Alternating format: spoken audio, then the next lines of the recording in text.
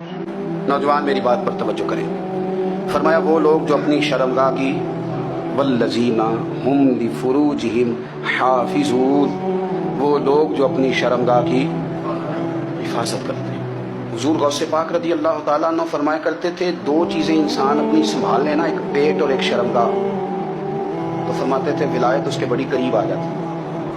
हम ना इन लज्जात में उलझ जाते हैं। सियाने सियाने बंदे रोटी कमर सीधी करने के लिए खानी चाहिए, जुबान के जायके के लिए नहीं खानी चाहिए। ये जुबान का जायका लग जाए, ये कहीं का नहीं छोड़ता इंसान। अपनी शर्मगाह की जो लोग हिफाजत कर लेते हैं, कोई बड़े से बड़ा गुनाह करने से भी बंदा काफिर नहीं होता, बंदा कुफ्र करने से काफिर होता है। गुनाह बड़े से बड़ा करने वाला भी गुनाहगार है, काफिर नहीं। कि बाज गुनाह ऐसे हैं जो जिस वक्त बंदा कर रहा होता है उस वक्त वो मोमिन नहीं होता।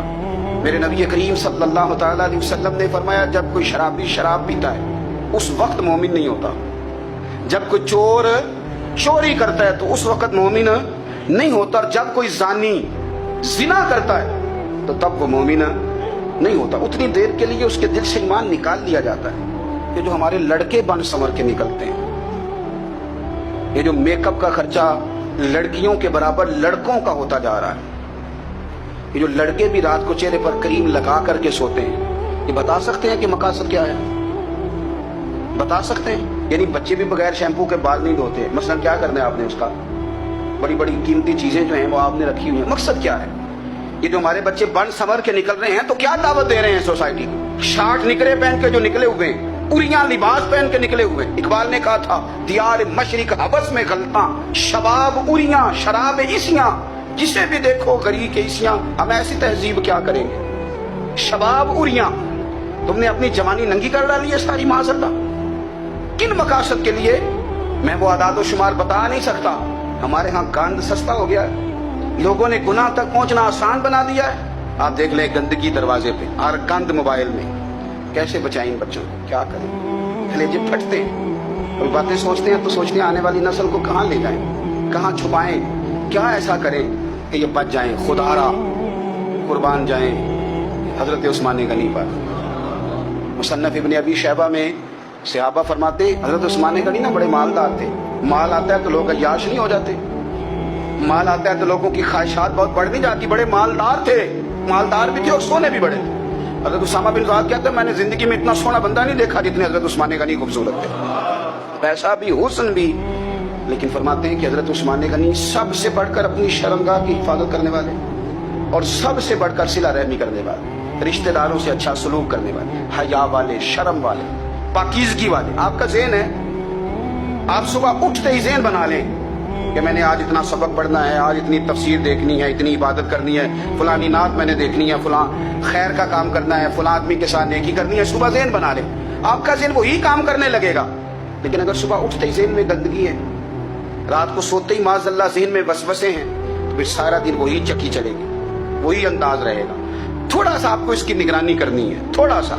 फाशी उरियानी ये तेजी से फैल रही है, तेजी से गंदगी लोग कशीद करके लाते हैं। और हया का मतलब सिर्फ इतना ही नहीं है आप जिना और बदकारी से बचें, आप अपनी जुबान को भी हया वाला बनाएं। कोई कच्चा कमजोर जुमला, गंदी बात, गाली कभी भी जुबान पे ना आए।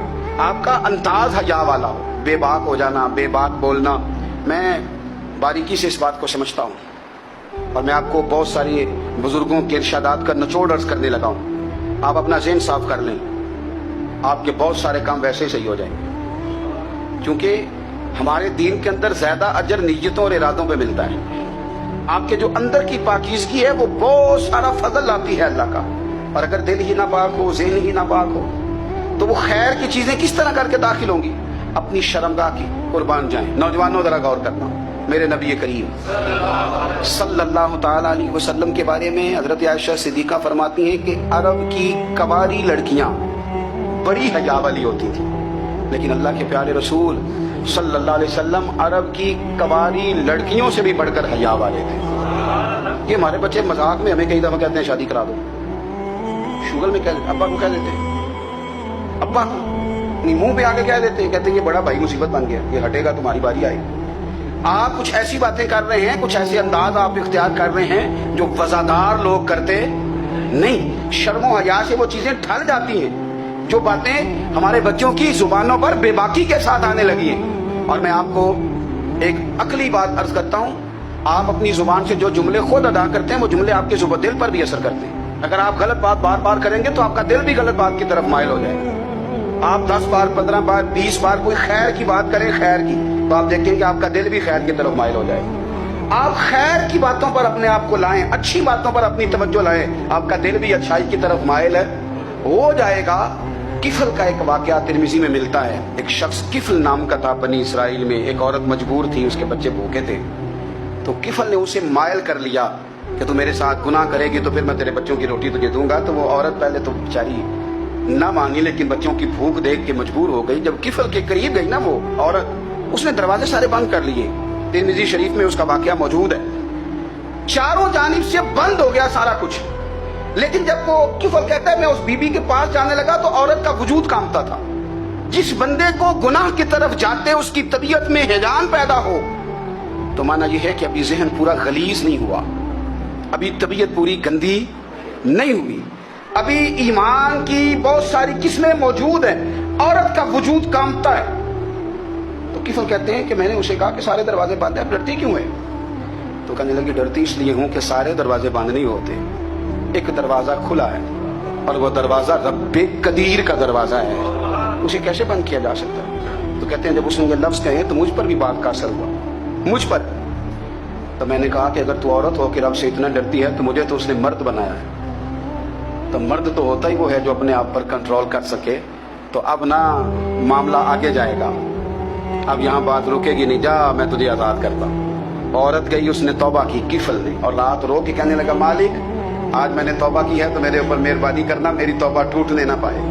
رات اس نے توبہ کی، رات ہی انتقال ہو گیا.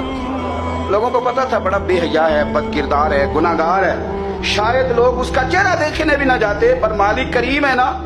حضور فرماتے ہیں سویرے اس کے دروازے پہ لکھ دیا اللہ نے، لوگوں رب نے کفل کے سارے گناہ معاف کر دیے ہیں. اس کے دروازے پہ لکھ دیا گیا. جب آپ اپنی حفاظت کرنا چاہتے ہیں تو اللہ پھر اسباب بھی پیدا کر دیتا ہے. اپنی شرمگاہ کی، اپنی نظر کی آپ خوب حفاظت کریں. اور میں آپ کو ایک بات عرض کروں، ایک بندے کے باحیا ہو جانے سے نا، ایک بندے کے ٹھیک ہو جانے سے اس کے دائیں بائیں بے شمار لوگ ٹھیک ہو جاتے ہیں. نہ چاہتے ہوئے بھی آپ کی نیکی کا اثر آپ کے دوستوں پہ پڑتا ہے، نہ چاہتے ہوئے.